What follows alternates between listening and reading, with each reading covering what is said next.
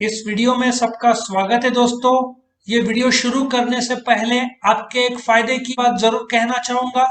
इस वीडियो के डिस्क्रिप्शन में आप जाओगे तो आपको इस सब्जेक्ट का लिंक मिल जाएगा, जिसको आप क्लिक करोगे तो chapter by chapter, question by question सारे के सारे वीडियोस आपको मिल जाएंगे और दूसरे सब्जेक्ट के भी लिंक्स मिल जाएंगे, जिसमें chapter by chapter, question by question सारे वीडियोस मिल जाएंगे। और एक और आपको आइडिया देता हूं, मेरे चैनल को आप क्लिक करोगे तो मेरे चैनल के प्लेलिस्ट पे जाओगे तो आपको 20 के ऊपर सब्जेक्ट्स के लिंक मिलेंगे। बस आपको क्लिक करना है, जो सब्जेक्ट आपको के वीडियो चाहिए, बस आपको chapter by chapter, question by question सारे वीडियोस मिल जाएंगे। तो चैनल को जरूर सब्सक्राइब करो ताकि आपको हर रोज जो हम अपडेट करते वीडियोस वो मिलते रहें। तो हम शुरू करते हैं इस क्वेश्चन का वीडियो अभी। Features of cooperative society. इस वीडियो में मैं बताऊंगा ये कितने मार्क्स का क्वेश्चन है, फिर इसके 30 पॉइंट्स में एक्सप्लेन करूंगा। उसके बाद जो 30 के 30 पॉइंट्स 30 सेकंड्स के अंदर कैसे लर्न करना है, एक थ्री इडियट्स मूवी पे मैंने पॉइंट्स बनाए हैं, जिसमें वंस यू सी वो स्ट्रक्चर जो मैंने बनाया है at the end of this video, तो आपको 30 के 30 पॉइंट्स 30 सेकंड्स में लर्न हो जाएंगे। अभी आपके मन में आ रहा है 30 पॉइंट्स क्यों? उसमें मीनिंग डेफिनेशन भी आता है और डिस्टिंग्विश में भी काम में आएगा, और उसी पॉइंट्स को की मदद से मेरिट्स और लिमिटेशंस बनाया गया है, जो अगले वाले वीडियो में आपको मिल जाएगा। तो शुरू करते हैं फीचर्स ऑफ कोऑपरेटिव सोसाइटी। उससे पहले मैं आपको एक बार बता दूं कि इस डिस्क्रिप्शन, वीडियो के डिस्क्रिप्शन में आपको लिंक मिल जाएगा 11th ओसी 11th एसपी का, इको अकाउंट्स का, जिसमें आप चैप्टर बाय चैप्टर और क्वेश्चन बाय क्वेश्चन सारे वीडियो देख सकेंगे। तो अभी हम स्टार्ट करते हैं features of cooperative society. Now ये डिस्टिंग्विश के फॉर्म में क्यों है? क्योंकि इसमें मैंने 30 पॉइंट्स दिए हैं और डिस्टिंग्विश के पॉइंट्स आपके फीचर्स भी बन सकते हैं। पहले तो ये 10 मार्क का आ सकता है फीचर्स, 5 मार्क का रेयरली आता है, 10 मार्क का आ सकता है, तो एटलीस्ट 15-20 पॉइंट्स लिखने चाहिए। मैंने आपको 30 पॉइंट्स दिए हैं। Let us start and understand cooperative society. ना आजकल ये कोऑपरेटिव वर्ड काफी बढ़ गया है, कोऑपरेटिव मूवमेंट भी एक जगह पे वर्ड यूज होता है, बट वो अलग कंसेप्ट है। ना कोऑपरेटिव सोसाइटी क्या है? एक ऐसा टाइप ऑफ कमर्शियल ऑर्गेनाइजेशन जिसका ऑब्जेक्टिव सर्विस है। ये जो sole trading, HUF, partnership firm, joint stock company और कोऑपरेटिव में सबसे बड़ा फर्क यह है, पिछले जो चार है, सोल ट्रेडिंग, एचयूएफ फर्म और कंपनी, सब प्रॉफिट बेस्ड और सबका ऑब्जेक्टिव प्रॉफिट बेस्ड रहता है। बट कोऑपरेटिव सोसाइटी का ऑब्जेक्टिव इज सर्विस। कम से कम 10 लोग लगते हैं, ये लोग साथ में आते हैं और एक दूसरे को सपोर्ट करते हैं। जैसे कि अपना बाजार ले लो, ये लोग क्या करते हैं, एक साथ गेहूं खरीदते हैं, मैन्युफैक्चरर या किसान से खरीदते हैं और उसको सस्ते रेट में एक दूसरे को बेचते हैं। मतलब क्या होता है कि जो मिडिल क्लास या लोअर मिडिल क्लास के लोग हैं, उनको सस्ते में गुड्स मिल जाता है। सो ऐसा ऑर्गेनाइजेशन जिसका मालिकाना हक मैनेज और कंट्रोल बाय मेंबर्स देमसेल्फ, खुद ये लोग पैसा कंट्रीब्यूट करते हैं, एक धनराशि जमा करते हैं जिसको शेयर कैपिटल बोलेंगे। हर एक मेंबर, इफ आपको जैसे कि बिजनेस बैंक में मेंबर बनना है तो 3,000 रुपए लगेगा। आप कंपनी में 3 लाख डालो तो भी चलता है, बट कोऑपरेटिव सोसाइटी में आपका रकम तय होगा, आपका शेयर तय होगा, जो कि एक होगा, आप एक ही शेयर खरीद पाओगे। इसमें भी शेयर कैपिटल होता है कंपनी की तरफ, इसमें भी शेयर होल्डर होता है, बट इसमें मेंबर बोलते हैं, शेयर होल्डर नहीं बोलते। सो मेंबर्स जो आपस में मिलकर साथ में आते हैं, ये कोऑपरेटिव सोसाइटी का मालिकाना हक उन मेंबर्स का है। ये लोग एक टीम को अपॉइंट करते हैं जो मैनेजिंग कमिटी रहती है, जो इस कोऑपरेटिव सोसाइटी को चलाते हैं और डिसीजन लेते हैं। और जो हर एक आदमी का जो शेयर कैपिटल का पैसा सेव है, नंबर ऑफ शेयर भी सबको एक दिया जाता है, और रिटर्न्स में जो डिविडेंड दिया जाता है वो भी 15% के ऊपर नहीं मिल सकता, क्योंकि जो कोऑपरेटिव सोसाइटी का कायदा है, जो थोड़ी देर में मैं बताऊंगा। सो आई होप मीनिंग समझ में आया कि कम से कम 10 लोग, ज्यादा से ज्यादा अनलिमिटेड है। ऐसा संस्था जिसका मालिकाना हक और मैनेजमेंट और कंट्रोल मेंबर्स करते हैं वाया द मैनेजिंग कमिटी। ये लोग अपॉइंट करते हैं मैनेजिंग कमिटी और फिर मैनेजिंग कमिटी अपॉइंट करता है चेयरमैन को, मैनेजिंग कमिटी का जो हेड होगा। मतलब मेंबर्स अपॉइंट करते हैं, मेंबर्स होंगे 500, उसमें से 10 लोग को मैनेजिंग कमिटी अपॉइंट करेंगे, वो 10 में से वो लोग एक लोग को चेयरमैन चुनते हैं। सो अब डेफिनेशन में आती है, आपको रट्टा मारना है। कोऑपरेटिव सोसाइटी एक ऐसा सोसाइटी है जिसका ऑब्जेक्टिव है promotion of economic interest of its members. मतलब कि जैसे मैंने बताया कि लोग सस्ते में गुड्स बेचते हैं ऑन कोऑपरेटिव प्रिंसिपल्स, कि एक दूसरे को सहारा बन जाए और अच्छे दाम में बेचे, जिससे आसानी हो मेंबर्स को। कोऑपरेटिव सोसाइटीज एक्ट 1912 में थोड़ी देर में आता हूँ, लेजिस्लेशन जब मैं आऊंगा। मेंबरशिप मिनिमम कितना है? 10 लोग, 10 से कम लोग शुरू नहीं कर सकते, मिनिमम 10 है, मैक्सिमम अनलिमिटेड है। ठीक है, अभी हम आते हैं लेजिस्लेशन। अभी आपको दो चीज ध्यान रखना है कि जो लेजिस्लेशन लागू होता है, इसमें दो लेजिस्लेशन है, मैं आपको बता दूं। पहला लेजिस्लेशन है कोऑपरेटिव सोसाइटीज एक्ट 1912, लेकिन हर एक स्टेट का अपना खुद का भी कोऑपरेटिव सोसाइटी एक्ट रहता है। अभी जो कंपनीज एक्ट 2013 दिया है, ये पूरे देश के लिए लागू होता है, हर एक स्टेट का अलग कंपनीज एक्ट नहीं हो सकता। बट कोऑपरेटिव सोसाइटी पूरे देश के लिए जो कायदा लागू होता है वो कोऑपरेटिव सोसाइटीज एक्ट 1912 है।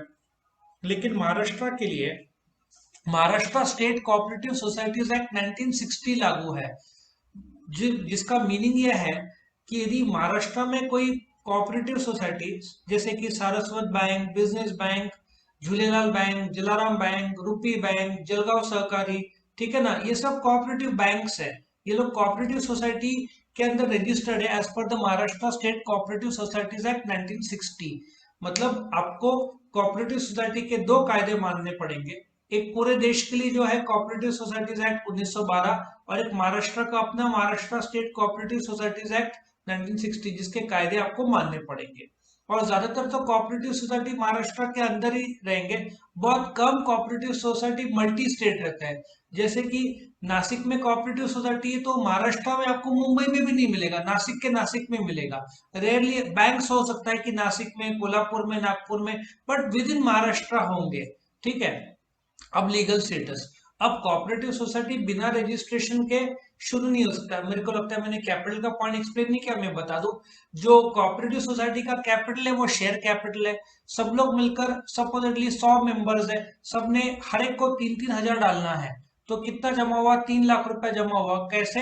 हर एक ने 3-3 हजार रुपए डाला ना। ये जो कैपिटल है शेयर कैपिटल, जिसमें हर एक कोऑपरेटिव सोसाइटी के मेंबर को नॉर्मली एक ही शेयर मिलता है, वोट भी एक ही रहता है, तो वो 3-3 हजार रुपए मिलकर जो 3 लाख रुपए जमा हुआ, ये शेयर कैपिटल हुआ। और हर एक छोटा छोटा पार्ट 3 हजार का वो शेयर हुआ।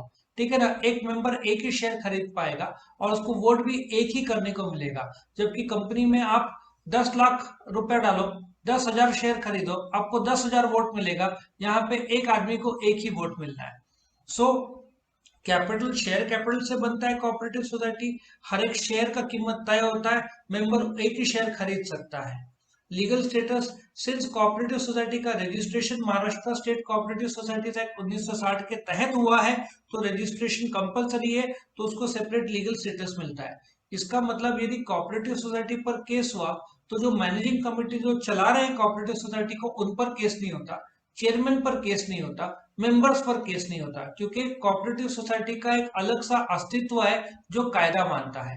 जैसे कि यदि सारस्वत बैंक है, ठीक है ना, वो कोऑपरेटिव सोसाइटी है, तो सारस्वत बैंक पर केस हुआ तो उसके जो मैनेजिंग कमेटी है उन पर केस नहीं होगा, मेंबर्स है उन पर केस नहीं होगा। ऑफ कोर्स जवाब डायरेक्टर्स या जो मैनेजिंग कमेटी के लोग देंगे on behalf of Saraswat bank. मतलब सारस्वत बैंक को एक लीगल नाम है, अस्तित्व है, जो कोर्ट ने दिया है, क्योंकि रजिस्ट्रेशन कंपलसरी है। ठीक है ना, आगे बढ़ते हैं। लीगल सॉरी, नेक्स्ट जो, हाँ इधर मुझे लगता रह गया था, फॉर्मेशन। सेपरेट लीगल स्टेटस है formation. Formation is easy as compare to joint stock company. जब जॉइंट स्टॉक कंपनी का फॉर्मेशन काफी कॉम्प्लेक्स, डिफिकल्ट और कॉम्प्लिकेटेड और कॉस्टली है। फॉर कोऑपरेटिव सोसाइटी का फॉर्मेशन कंपेयर टू जॉइंट, उसके भी प्रोसीजर्स है, बट इजी है as compare to joint stock company. पर रजिस्ट्रेशन कंपलसरी है। बिना रजिस्ट्रेशन के कोऑपरेटिव सोसाइटी खुल नहीं सकता, चालू नहीं हो सकता। रजिस्ट्रेशन कंपलसरी है कोऑपरेटिव सोसाइटी के लिए। मैनेजमेंट, जो कोऑपरेटिव सोसाइटी के मेंबर्स है वो लोग एक टीम को तैयार करेंगे, मैनेजिंग कमेटी उसको बोलेंगे। मैनेजिंग कमेटी उस कोऑपरेटिव सोसाइटी को चलाएगा और मैनेजिंग कमेटी आपस में एक चेयरमैन अपॉइंट करेगा, ठीक है। और ये मैनेजिंग कमेटी के मीटिंग्स होते रहेंगे। बाकी मेंबर्स का मीटिंग साल में नॉर्मली एक बार, वार्षिक सर्वसाधारण सभा बोलते हैं, वो नॉर्मली साल में एक बार होगा, या कभी कभार बीच में जरूरत पड़ी तो मेंबर्स को बुलाया जाएगा। But managing committee on a month two month basis या जैसे जरूरत हो वैसे मीटिंग जरूर करेंगे। प्रॉफिट और लॉस, अभी फॉर एग्जाम्पल आप बिजनेस बैंक के मेंबर हो, आपने 3,000 रुपया दिया है, एक शेयर आपको मिला है, आप चाहते हो 10,000 दो, लेकिन वो लेगा नहीं क्योंकि 3,000 ही रुपए तक अलाउड है। एक शेयर होल्डर का कैपिटल इन्वेस्टमेंट लिमिटेड है, एक ही शेयर मिल रहा है। अब जो बिजनेस बैंक को 3 लाख रुपए मिले, उससे उन्होंने नफा किया है, ऐसे सोचो कि 1 लाख रुपया। अब वो पूरा का पूरा 1 लाख रुपया डिविडेंड में नहीं बांट सकता। डिविडेंड क्या है? बिजनेस बैंक के नफे में से मेंबर्स को जो कुछ हिस्सा रिटर्न में दिया जाएगा। अब वो रिटर्न्स का जो परसेंटेज है वो कोऑपरेटिव सोसाइटीज एक्ट ने तय करके रखा हुआ है, 15% से ज्यादा डिविडेंड दे नहीं सकते। मतलब कि आपने जो 3,000 रुपए डाला है, मैक्सिमम डिविडेंड जो आपको दिया जाएगा वो 15% है। मतलब 3,000 का 15%, 450 रुपए के ऊपर आपको डिविडेंड मिलना नहीं है। इसलिए लोग कोऑपरेटिव सोसाइटी में निवेश ज्यादा नहीं करते। एक तो मैं 3,000 के ऊपर डाल नहीं सकता और मुझे 15% के ऊपर डिविडेंड मिलना भी नहीं है, तो मुझे, लोग धंधे में रिटर्न्स के लिए जाते हैं, आपको 450 के ऊपर साल का रिटर्न्स मिलना ही नहीं है। और कोऑपरेटिव सोसाइटी के शेयर बाजार में बिकते नहीं है, तो जब आप मेंबर नहीं रहते तो आपको 3,000 रुपए वापिस मिलेगा। कोई कंपनीज एक्ट की तरह जैसे शेयर मार्केट में 4,500 हो गया तो 4,500 भी नहीं मिलना है। इसलिए कोऑपरेटिव सोसाइटी का लोगों का इन्वेस्टमेंट के प्रति बहुत लिमिटेड क्रेज है, क्योंकि एक तो लिमिटेड शेयर आप पैसा डाल सकते हो, रिटर्न्स भी लिमिटेड है, और जब बेचोगे तो वापिस 3,000 ही मिलना है, उससे ज्यादा तो मिलना नहीं है। फिर डिसीजन मेकिंग काफी स्लो है, क्योंकि मैनेजिंग कमेटी विचार विमर्श करेगा। अगेन मैनेजिंग कमेटी में हो सकता है कि ग्रुप्स हो अलग अलग, दोनों के विचारधारा अलग हो, टीम में कभी कभार ग्रुपिज्म हो जाता है। सो मैनेजिंग कमेटी में 5 लोग एक विचारधारा के, बाकी 5 लोग दूसरे विचारधारा के, तो डिसीजन मेकिंग कई बार डिले होता है। और मैंने नोट किया है कई बार, अब जैसे कि आजकल नए नए बिल्डिंग जो बड़े बनते हैं हाई राइज, उसमें भी कोऑपरेटिव सोसाइटी बना देते हैं, क्योंकि 10 लोग के ऊपर चाहिए। और आजकल जैसे 13 फ्लोर की बिल्डिंग है और हर एक फ्लोर में 5-5 फ्लैट है, तो 65 फ्लैट हो गए, मतलब 65 मेंबर तो ऐसे मेंबर बन जाएंगे। तो ये जैसे हाउसिंग का जो है बिल्डिंग, तो वो लोग भी कोऑपरेटिव, हाउसिंग कोऑपरेटिव बोलते हैं। मैं जब टाइप्स ऑफ कोऑपरेटिव बताऊंगा तो उसमें डिटेल बताऊंगा। तो अब क्या होता है, जब मैनेजिंग कमेटी की मीटिंग होता है कि भाई बिल्डिंग में से कैमरास लगवाने हैं, तो अब डिसीजन मेकिंग लेना है, कैमरा का लिया, लेकिन कैमरा पहले कोटेशन का डिसीजन होगा, कोटेशन मांगा, फिर 3 अलग अलग जगह से कोटेशन मंगाएंगे, फिर उसमें भी डिस्कशन, मतलब एक कैमरा लगाने के लिए फैसला बहुत स्लो हो जाता है, क्योंकि पहले तो डिसीजन होगा कि कैमरा बिठाना है, फिर कोटेशन मांगनी है, फिर वापस डिसीजन होगा, फिर कोटेशन वाले से बात किया जाएगा और फिर फैसला लिया जाएगा। इसको हफ्ते नहीं, कई बार महीने लग जाते हैं। सो डिसीजन मेकिंग काफी स्लो होता है। फ्लेक्सिबिलिटी, डिसीजन मेकिंग स्लो है तो फ्लेक्सिबल नहीं है, क्योंकि कोई भी फैसला कोऑपरेटिव सोसाइटी लेता है तो मैनेजिंग कमेटी मिलकर फैसला लेते हैं, और जहां पे 8-10 मेंबर हो मैनेजिंग कमेटी के, वहां पे डिसीजन मेकिंग स्लो हुआ तो फ्लेक्सिबिलिटी तो बहुत कम रहता है, क्योंकि मैनेजिंग कमेटी को हर बार देखना होता है कि जो मेंबर जिन्होंने अपॉइंट किए वो लोग नाराज ना हो जाए, तो उनके जो कामकाज करने का तरीका मेंबर्स को देखा जाए तो खुश रखने का है, इसलिए वो लोग रिस्क लेते नहीं है और फ्लेक्सिबिलिटी बहुत कम रहता है। गवर्नमेंट रेगुलेशन बहुत स्ट्रिक्ट है, क्योंकि बहुत सारा पॉलिटिक्स भी इन्वॉल्व है, क्योंकि ऑब्जेक्टिव सर्विस तो पॉलिटिकल पार्टी एसोसिएशन चाहेगी ताकि पब्लिक को दिखे हम सोसाइटी के लिए, और इसमें हजारों लाखों मेंबर्स हो सकते हैं, तो फ्रॉड के चांसेस। और आपको ये भी बता दूं, एक नासिक में पीपल्स कोऑपरेटिव बैंक था, और उन्होंने किसी को कर्जा दिया था, I think Datar switch gear करके, और कर्जा 200 करोड़ का था। दातार स्विच गियर के कस्टमर्स इलेक्ट्रिसिटी बोर्ड थे, लेकिन उनको टाइमली पेमेंट नहीं मिला तो दातार स्विच गियर पीपल्स बैंक को पे नहीं कर पाया और पीपल्स बैंक बंद हो गया। बंद तो हुआ, लेकिन हजारों लोग जिनके अकाउंट में पैसे फंसे थे 5 लाख, सब अटक गया, क्योंकि पीपल्स बैंक के पास पैसा नहीं था। उन्होंने कर्जा दे दिया था दातार को, दातार स्विच गियर वापस कर नहीं पाया, तो पीपल्स बैंक के पास जो अकाउंट में पैसे लौटाने के लिए नहीं थे। और ये काफी साल चला। अभी पिछले साल ही पीपल्स बैंक को सारस्वत बैंक के साथ मर्ज कर दिया गया। लेकिन जो पीपल्स बैंक बंद हुआ था, मैंने जहां तक सुना है, ये 10-20 साल पहले की कहानी है। उसको टाइप करने के लिए बीच में एक जलाराम बैंक था, वो बंद होके वापस शुरू हुआ, झूलेलाल बैंक था, बंद होके वापस शुरू हो गया। तो फ्रॉड ऐसे कुछ हुआ तो ये बैंक बंद हो जाते हैं। बैंक बंद हुए मतलब हजारों लाखों अकाउंट होल्डर्स का पैसा अटक जाता है। मानते हैं गवर्नमेंट ने नए कायदे लाए हैं जिसमें 5 लाख रुपए तक आपका पैसा इंश्योर्ड रहता है। और पर ये पहला कायदा ऐसा था कि इंश्योर्ड पैसा तब मिलेगा जब बैंक के संपत्ति बेचने के बाद कम पड़ा, तो मतलब 4-5-10 साल कहीं नहीं गए तब तक अकाउंट होल्डर। अच्छा, पीपल्स बैंक में हमारे उस समय एक नेबर थे, उनका क्रॉम्पटन ग्रेज में जॉब करते थे, उनका 5 या 10 लाख रुपया उन्होंने रखा था। जब बंद हो गया तो पैसा ही सीज हो गया, रुक गया। मिलने में कितने साल लगे होंगे आप सोचो। तो इसलिए गवर्नमेंट बहुत स्ट्रिक्ट है कोऑपरेटिव, और आजकल तो स्ट्रिक्टनेस बढ़ गया है क्योंकि फ्रॉड जितने कम हो उतना गवर्नमेंट ट्राई करता है। लायबिलिटी लिमिटेड है, यदि बैंक बंद भी हो गया तो आपका ज्यादा से ज्यादा शेयर्स का 3,000 जाएगा, लेकिन आपके अकाउंट के 2-4 लाख रुपए रहेंगे, वो अटक जाएगा। फिर वो मिलने में प्रोसीजर और टाइम फ्रेम के हिसाब से मिलता है, इतना आसानी से नहीं मिलता। सो लायबिलिटी लिमिटेड है, ज्यादा से ज्यादा आपका शेयर कैपिटल का 3-4 हजार रुपया जाएगा, उसके ऊपर आपको घर से लाने की जरूरत नहीं है, भले ही घाटा हो तो। करेक्ट। ऑडिट कंपलसरी है कोऑपरेटिव सोसाइटी का। एक चार्टर्ड अकाउंटेंट जाकर अकाउंट्स का ऑडिट करता है, लेकिन याद रखना, यदि उस कोऑपरेटिव सोसाइटी में 100 मेंबर्स है, उसमें से एक चार्टर्ड अकाउंटेंट है, तो वो चार्टर्ड अकाउंटेंट जो इस कोऑपरेटिव सोसाइटी का मेंबर है वो ऑडिट नहीं कर सकता। बाहर का आदमी इस कोऑपरेटिव सोसाइटी का अकाउंट्स का ऑडिट करेगा, ठीक है ना। सो ऑडिट कंपलसरी है। नहीं तो वैसे तो टैक्स भी बहुत कम है कोऑपरेटिव सोसाइटी का, वो टैक्स में तो नेक्स्ट पॉइंट है। सो अकाउंट्स का चेकिंग ऑडिटर जो कि चार्टर्ड अकाउंटेंट है वो ही करता है। Next, taxes. कोऑपरेटिव सोसाइटी का जॉइंट स्टॉक कंपनी के कंपैरिजन में टैक्सेस काफी कम है।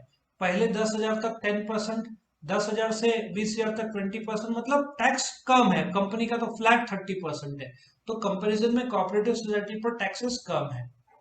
कन्फ्लिक्ट, जैसे मैंने बताया, मैनेजिंग कमेटी के भीतर बहुत सारे कन्फ्लिक्ट्स रहते हैं, ग्रुप्स बन जाते हैं, कई बार चेयरमैन नाराज होकर रेजिग्नेशन दे देता है। ये काफी होता है कोऑपरेटिव सोसाइटी में। सो कन्फ्लिक्ट्स तो इंडिया में होता है, और फिर इतने सारे लोग हैं तो डिफरेंस ऑफ ओपिनियन होता ही है। सीक्रेसी, बिजनेस सीक्रेसी रख नहीं सकते लोग, क्योंकि जो अकाउंट छपता है कोऑपरेटिव सोसाइटी का, खास करके जैसे सारस्वत बैंक, बिजनेस बैंक, इन सबको अकाउंट्स पब्लिक को बताना पड़ता है कि कितना नफा किया, कितना डिपॉजिट्स आया, कितना कर्जा दिया।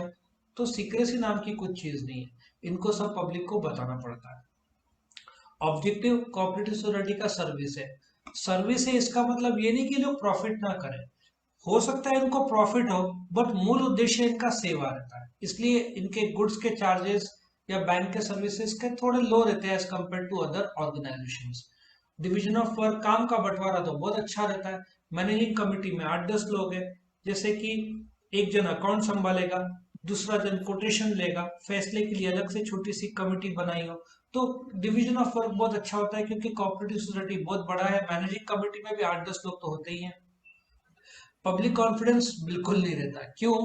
क्योंकि आजकल डीमार्ट आ गया है, बिग बाजार आ गया है, अमेजन है, फ्लिपकार्ट है, तो लोग अपना बाजार, इनफैक्ट नासिक के कॉलेज रोड में भी था, बंद हो गया। क्यों? क्योंकि यहाँ पे आपको लग्जरी आइटम्स या अच्छे क्वालिटी के आइटम नहीं मिल रहे हैं। ये मिडिल क्लास और लोअर मिडिल क्लास को कैटर करता है, इसलिए सस्ते दाम में वस्तु देते हैं, तो क्वालिटी इतना हाई रहता नहीं है। तो पब्लिक का भरोसा इतना रहता नहीं है कोऑपरेटिव सोसाइटी में, क्योंकि यहाँ ब्रांडेड आपको नहीं मिलना है, क्योंकि ऑब्जेक्टिव सेवा है तो वस्तु के दाम भी नॉर्मल होंगे, करेक्ट। उसके बाद कंटिन्यूटी, परपेचुअल सक्सेशन, यदि किसी मेंबर की डेथ हो जाती है तो शेयर उसके फैमिली मेंबर को चले जाएंगे। इसका मतलब as long as cooperative society चल रहा है, हल्का सा नफे में, एकदम एक्सट्रीम नफे में तो रहता नहीं है, तो वो चालू रहेगा, बंद नहीं होगा। मेंबर की डेथ होगी लेकिन फिर भी बाकी मेंबर संभाल लेंगे। जिसकी डेथ हुई वो शेयर उसके फैमिली मेंबर को ट्रांसमिट हो जाएगा, टेक्निकल भाषा में इसको ट्रांसमिशन ऑफ शेयर्स बोलते हैं। यदि मिस्टर ए की डेथ हो गई तो मिसेस ए को शेयर्स मिल जाएंगे, मतलब वो मेंबर बन जाएंगे। ऑफ कोर्स प्रोसीजर उसको करना है, ठीक है। तो आगे बढ़ते हैं। कंटिन्यूटी के बाद में नेक्स्ट पॉइंट है स्टेबिलिटी। कोऑपरेटिव सोसाइटी काफी स्टेबल टाइप ऑफ ऑर्गेनाइजेशन है। क्यों? क्योंकि मेंबर्स की डेथ भी हो गई तो बाकी मेंबर्स जो मैनेजिंग कमेटी को अपॉइंट किए वो चालू रहेगा, और इसमें छोटा मोटा नहीं रहता है। करोड़ों रुपए का कोऑपरेटिव सोसाइटी, बिजनेस बैंक, ये सब करोड़ों रुपए में डील करते हैं, तो कायदे भी रहते हैं जो इनको फॉलो करने पड़ते हैं, तो काफी हद तक स्टेबल है। इतने सारे लोग इन्वॉल्व है, कैपिटल है, ठीक है ना, मैनेजमेंट, मैनेजिंग कमेटी है, अकाउंट्स का ऑडिट होता है, तो इतना आसान नहीं है फ्रॉड करना, ठीक है ना। तो काफी हद तक स्टेबल है। डायरेक्ट मोटिवेशन बिल्कुल नहीं रहता। क्यों? आप कितना भी मेहनत कर लो, आपको एक तो वस्तु के दाम कम होंगे तो ज्यादा नफा होना नहीं, इसका मतलब किसी एम्प्लॉय को ज्यादा बोनस मिलना नहीं है, और एम्प्लॉय भी एकदम टॉप लेवल का नहीं होगा। फॉर एग्जाम्पल, आप स्टेट बैंक ऑफ इंडिया में जॉब करना प्रेफर करोगे rather than the cooperative society में। यदि सारस्वत बैंक में आप जॉब करोगे तो आपको सैलरी क्या होगा, 15, 20, 25 होगा, जबकि स्टेट बैंक ऑफ इंडिया में 40, 60 और 80 के आसपास रहेगा। तो एक तो पगार लिमिटेड रहेगा, दूसरा बोनस ये सब भी बहुत कम रहता है, progress in the cooperative society बहुत कम रहता है, जबकि स्टेट बैंक ऑफ इंडिया और जैसे एचडीएफसी बैंक, यहाँ पे पगार ज्यादा और प्रोग्रेस, आपका प्रमोशन और ग्रोथ काफी फास्ट होता है। और आप कितना भी मेहनत कर लो, कमीशन तो आपको कुछ खास मिलना नहीं है, और अल्टीमेटली जो भी नफा करेगा कोऑपरेटिव उसमें से डिविडेंड मेंबर्स को जाएगा। तो एज एम्प्लॉय आपका पगार भी लिमिटेड रहेगा, तो मोटिवेशन बहुत कम रहता है इन cooperative society. Economies of scale, अभी मानते हैं करोड़ों रुपए का कोऑपरेटिव सोसाइटी है, लेकिन आप देखो बहुत सारे छोटे छोटे कोऑपरेटिव सोसाइटी भी है। हाउसिंग कोऑपरेटिव छोटा रहता है, तो यहाँ पे कैपिटल लिमिटेड रहता है, साइज ऑफ ऑर्गेनाइजेशन, बैंक सिर्फ कोऑपरेटिव सोसाइटी के बड़े रहते हैं। दूसरे फार्मर्स कोऑपरेटिव और दूसरे जो छोटे मोटे कोऑपरेटिव्स है, उन सब के कैपिटल लिमिटेड रहता है, तो साइज ऑफ बिजनेस लिमिटेड रहता है, तो इकोनॉमीज ऑफ स्केल का बेनिफिट इनको नहीं मिल पाता, क्योंकि ये लोग काफी छोटे पैमाने पे काम करते हैं। बैंक्स बड़े पैमाने पे करते हैं कोऑपरेटिव, लेकिन बाकी सब कोऑपरेटिव छोटे रहते हैं। रिस्क लो है क्योंकि आपका कैपिटल ही कितना है, 3-4 हजार, ठीक है ना। ज्यादा से ज्यादा डूबेगा तो 3 हजार डूबेगा, उससे ज्यादा तो नहीं। तो रिस्क काफी कम है क्योंकि कैपिटल लिमिटेड है, हर आदमी का कंट्रीब्यूशन लिमिटेड है, तो रिस्क बहुत कम है। पर्सनल कांटेक्ट विद कस्टमर्स, अभी एक मैनेजिंग कमेटी में 10 लोग होते हैं, ठीक है, और मेंबर्स है 10,000, तो कस्टमर से कस्टमर से एक तो 10,000 लोग मेंबर्स मिल नहीं पाएंगे आसानी से, और मैनेजिंग कमेटी में भी 10 लोग अपने कामकाज में बिजी होंगे, एम्प्लॉयज में भी ज्यादा से ज्यादा मिले। So personal contact with customers cooperative society का नहीं होगा। जैसे कि किराना शॉप है, वो कस्टमर से हर रोज मिलता होगा, मैनेजिंग कमेटी के लोग 10 के 10 लोग हर रोज अवेलेबल रहे वो भी पॉसिबल नहीं है, तो कस्टमर से डायरेक्टली पर्सनल कांटेक्ट होने का चांस बहुत कम रहता है। उसके बाद कंट्रीब्यूशन टू सोसाइटी, एक तो कंज्यूमर्स के लिए सस्ते में गुड्स रहता है, प्रोड्यूसर्स से ये लोग खरीदते हैं, फार्मर्स से रेगुलर टाई अप में रहते हैं, तो ये लोग प्रोटेक्ट करते हैं इंटरेस्ट ऑफ कंज्यूमर्स, प्रोड्यूसर्स, खास करके फार्मर्स का। तो देश के लिए बहुत अच्छा कोऑपरेटिव सोसाइटी, क्योंकि गरीब आदमी भी मेंबर बन के सस्ते में गुड्स हासिल कर सकता है। वोटिंग राइट जैसे मैंने बताया था, आपको एक ही शेयर मिलता है, इन्वेस्टमेंट का रकम भी लिमिटेड रहता है, तो 1 मेंबर 1 वोट, जबकि ज्वाइंट स्टॉक कंपनी में 1 शेयर 1 वोट, तुम्हारे पास 500 शेयर है तो 500 वोट मिलेंगे, जबकि कोऑपरेटिव सोसाइटी में एक आदमी को एक ही वोट मिलता है। और लास्ट में एग्जांपल सारस्वत बैंक लो, पीपल्स बैंक लो, कोई हाउसिंग सोसाइटी ले लो, कोई फार्मिंग कोऑपरेटिव सोसाइटी ले लो, हाउसिंग मतलब हाउसिंग कोऑपरेटिव सोसाइटी। तो इस प्रकार से एग्जाम्पल बनेंगे। तो यहाँ पे ये कोऑपरेटिव सोसाइटी के 30 पॉइंट्स मैंने ले लिए। तो अभी हम क्या करेंगे, ये 30 पॉइंट्स लर्न करने के लिए मैं एक स्टोरी बताऊंगा जिससे आपको 30 के 30 पॉइंट्स लर्न हो जाएंगे। थ्री इडियट्स मूवी का स्टोरी है। तो स्टोरी शुरू करते हैं। ये फीचर्स के आपके सामने टोटल 30 पॉइंट्स आ रहे हैं, ठीक है। अब इस 29 और 1A 1B है, तो इसको लर्न करने के लिए मैंने एक थ्री इडियट स्टोरी बनाया है जिससे आपको 30 के 30 पॉइंट्स पूरे तरीके से लर्न हो जाएंगे। तो अभी स्टोरी शुरू करते हैं। ये फीचर्स हुआ। ये फीचर्स में मैंने जो थ्री इडियट्स का स्टोरी बनाया वो मैं अभी एक्सप्लेन कर रहा हूँ, ठीक है। मेंबरशिप, लेजिस्लेशन और कैपिटल। अभी थ्री इडियट्स का याद रखो, कोई भी डिस्टिंग्विश रहेगा तो पहला मीनिंग, डेफिनेशन और आखिरी पॉइंट एग्जाम्पल के तौर पर रहता है। If you remember three idiots में जो पहला सीन है वो एक एरोप्लेन का सीन है, वो एरोप्लेन एंटर करता है। So point number, if you check out 1 और जो 1A और 1B क्या है, मीनिंग और definition. Now if you checkup point number 2 membership. अब इसको याद कैसे रखना है मैं बताता हूँ।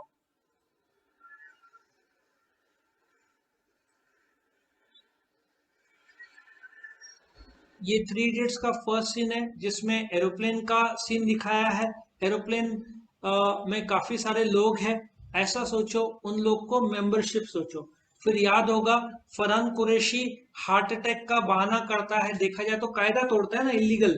वो कायदा तोड़ता है, लेजिस्लेशन मतलब कायदा तोड़ के प्लेन को लैंड करवाने को लगाता है। और ऐसा एज्यूम करो कि प्लेन लैंड हो रहा है, ये फरहान कुरैशी हार्ट अटैक का बहाना करके प्लेन लैंड करने को लगाता है। और प्लेन कहाँ पे लैंड होता है, कैपिटल में, ऐसा सोचो। कैपिटल मतलब दिल्ली में लैंड होता है। सो पॉइंट नंबर 1, एरोप्लेन हवे में है, अंदर बहुत सारे लोग हैं, उसको मेंबरशिप बोलेंगे लोगों को, जो यहाँ पे फोटो में मैंने बताया है। फिर फरहान कुरैशी हार्ट अटैक का झूठा बहाना करके कायदे तोड़ के प्लेन को लैंड करवाता है, प्लेन लैंड होता है कैपिटल में दिल्ली।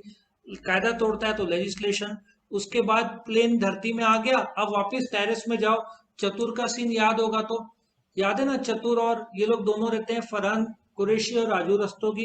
वो अपना स्टेटस सबको दिखाता है, कौन, फरहान कुरैशी, और बोलता है मेरे पास ये बंगला है, मेरे पास मोबाइल है और ऐसे फरारी है, ऐसे सब बताता है।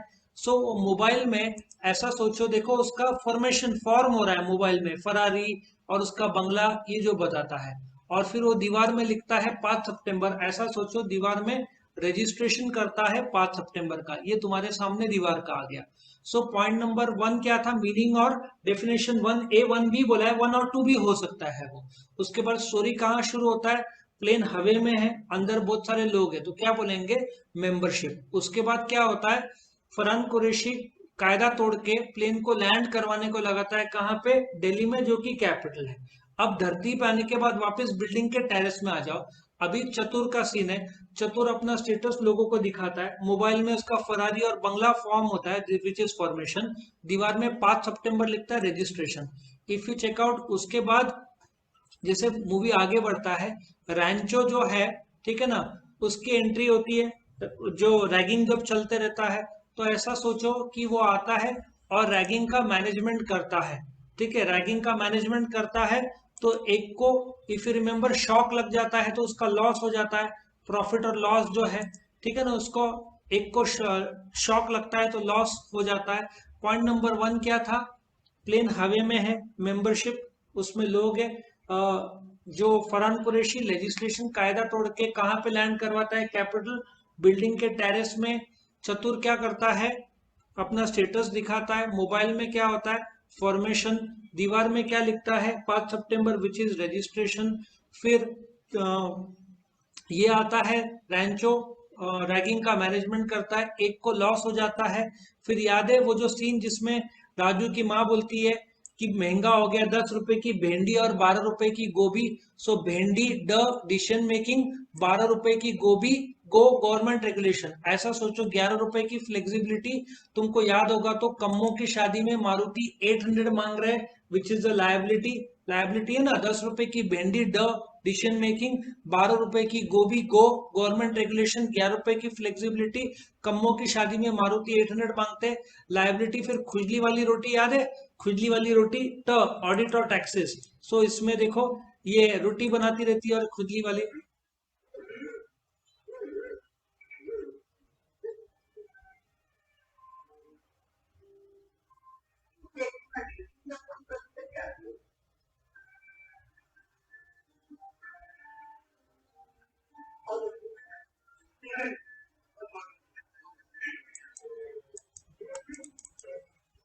सो इसमें कुछ प्रॉब्लम आ रहा है तो मैं वापस से आगे बढ़ूंगा, नेक्स्ट पॉइंट में आऊंगा। ठीक है। सो इफ यू रिमेम्बर, जो वापस से रिवाइज करते हैं, प्लेन कहाँ रहता है? हवे में, वहां पे लोग होते हैं मेंबरशिप, फिर वो कायदा तोड़कर लेजिस्लेशन कहाँ पे लैंड करवाता है? कैपिटल। फिर टेरेस का सीन, टेरेस में क्या होता है? वो अपना क्या दिखाता है? स्टेटस। मोबाइल में क्या होता है? फॉर्मेशन। दीवार में क्या लिखता है? रजिस्ट्रेशन। रैंचो की एंट्री, वो क्या करता है? रैगिंग का मैनेजमेंट। फिर एक को शॉक बढ़ जाता है, लॉस 10 रुपए की, भेंडी डिसीजन मेकिंग 12 रुपए की, गोभी गवर्नमेंट रेगुलेशन 11 रुपए की, फ्लेक्सिबिलिटी कम्मो की शादी में मारुति 800 मांग रहे, लाइबिलिटी। ठीक है ना। खुजली वाली रोटी, ऑडिट और टैक्सेस। फिर वो लोग भूखे घर के बाहर निकलते हैं, आपस में झगड़ा करते रहते हैं, कन्फ्लिक्ट, याद है कन्फ्लिक्ट। उसके बाद वो लोग सीक्रेटली एक शादी में एंटर करते हैं, सीक्रेटली। और क्यों? क्योंकि उनका ऑब्जेक्टिव खाना रहता है, सबको भूख लगती है। ठीक है ना, सबको भूख लगी हुई रहती है तो ऑब्जेक्टिव खाना। देखो कैसा खाना खाते हैं, प्लेट भर भर के खाना खाते हैं लोग, तुमने देखा होगा, पूरा प्लेट भर देते हैं। उसके बाद उसके जूते में $300 शूज, पुदीने की चटनी गिर जाती तो उसका कॉस्ट हो जाता है।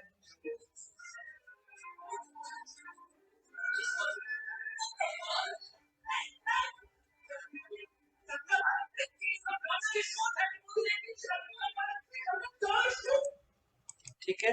सो ये वापस से थोड़ा सा हैंग हो रहा है, बट डजेंट मैटर, हम आगे बढ़ाएंगे स्टोरी को। सो अभी next part of the story आगे बढ़ता है। अभी चतुर का स्पीच याद होगा तो, वो स्पीच लिखता कौन है? दुबे जी। बोलता कौन है? चतुर। तो डिवाइड ऑफ वर्क हो गया ना। सो ये देखो, डिवीजन ऑफ वर्क हो गया।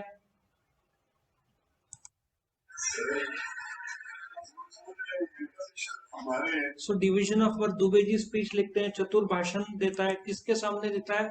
लगातार पब्लिक के सामने देता है, और कंटिन्यूसली देता है, पब्लिक के सामने देता है और कंटिन्यूसली देता है।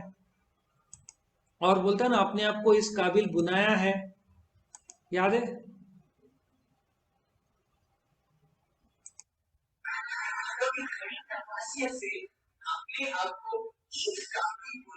स्टेबिलिटी। ठीक है। पब्लिक उसका स्पीच सुन के मोटिवेटेड हो जाती है, लेकिन प्रिंसिपल नाराज हो जाता है और उसको, ऐसा सोचो, लात नहीं स्केल से मारता है, इकोनॉमीज ऑफ स्केल। ठीक है। और फिर लास्ट के 4 पॉइंट, जिसमें रैंचो की मुलाकात होती है। ठीक है ना, याद होगा तो। So let us come to the point. याद है, राजू रस्तोगी पीयू को भगा के लेके जाता है, उसमें रिस्क रहता है। और फिर पर्सनल कांटेक्ट आखिर के सीन में, इसके साथ, रैंचो के साथ इन लोग का कांटेक्ट होता है। ये मूवी किसके लिए बनी है? सोसाइटी के लिए बनी है। और इसमें वोटिंग किया है कि बेस्ट। तो भी क्विकली एक और पॉइंट्स रिवाइज करें। ठीक है, पॉइंट्स क्या क्या है एक बार रिवाइज करो सारे के सारे। ये पॉइंट्स इधर आ गए। ठीक है, पहला पॉइंट क्या है? मीनिंग और डेफिनेशन। उसके बाद टेरेस, एरोप्लेन के अंदर लोग क्या है? मेंबरशिप। कायदे तोड़ता है, लेजिस्लेशन। प्लेन कहाँ लैंड होता है? कैपिटल में। फिर टेरेस का सीन रहा, चतुर क्या करता है? स्टेटस दिखाता है। मोबाइल में क्या है? फॉर्मेशन। दीवार में क्या है? रजिस्ट्रेशन। उसके बाद क्या है? रैगिंग का मैनेजमेंट करता है। उसके बाद एक को लॉस हो जाता है, प्रॉफिट और लॉस। फिर 10 रुपए की भेंडी डिसीजन मेकिंग, 12 रुपए की गोभी गवर्नमेंट रेगुलेशन, 11 रुपए की फ्लेक्सिबिलिटी, कम्मों की शादी में मारुति 800 मांग रहे, लाइबिलिटी, खुजली वाली रोटी, ऑडिट और टैक्सेस। बाहर झगड़ा करते रहते, भूख लगी रहती है, कन्फ्लिक्ट मतलब झगड़ा। फिर ये लोग सीक्रेटली शादी में एंटर करते हैं क्योंकि उनका ऑब्जेक्टिव खाना रहता है। एक के जूते में वो पुदीने की चटनी डाल देता है, माई $300 शूज, उसका कॉस्ट लग जाता है। फिर अभी भाषण चतुर का, दुबे जी भाषण लिखते हैं, चतुर भाषण बोलता है, डिवीजन ऑफ वर्क, पब्लिक के सामने बोलता है, कंटिन्यूसली बोलता है, अपने आप को इस काबिल बनाया है, स्टेबिलिटी, पब्लिक सुन के मोटिवेट हो जाती है, which is the direct motivation. उसके बाद में प्रिंसिपल ऐसा सोचो लात से नहीं स्केल से मारता है। फिर लास्ट का जो सीन है उसमें राजू रस्तोगी पीयू को भगा के लेके आता है, उसमें रिस्क रहता है, इनका रैंचो से पर्सनल कांटेक्ट होता है लास्ट सीन में। और ये मूवी सोसाइटी के लिए बनी है और इसमें वो पब्लिक ने वोट किया this is one of the best movie of all time. So I hope ये स्टोरी आपको पसंद आया होगा।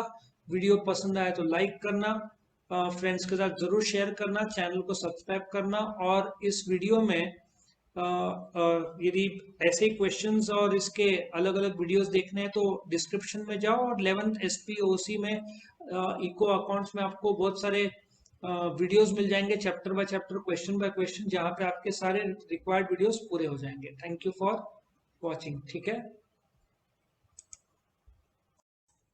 वीडियो पसंद आया तो लाइक कीजिए, अपने फ्रेंड्स के साथ शेयर कीजिए, उनका भी फायदा हो, और चैनल को सब्सक्राइब कीजिए। Thank you.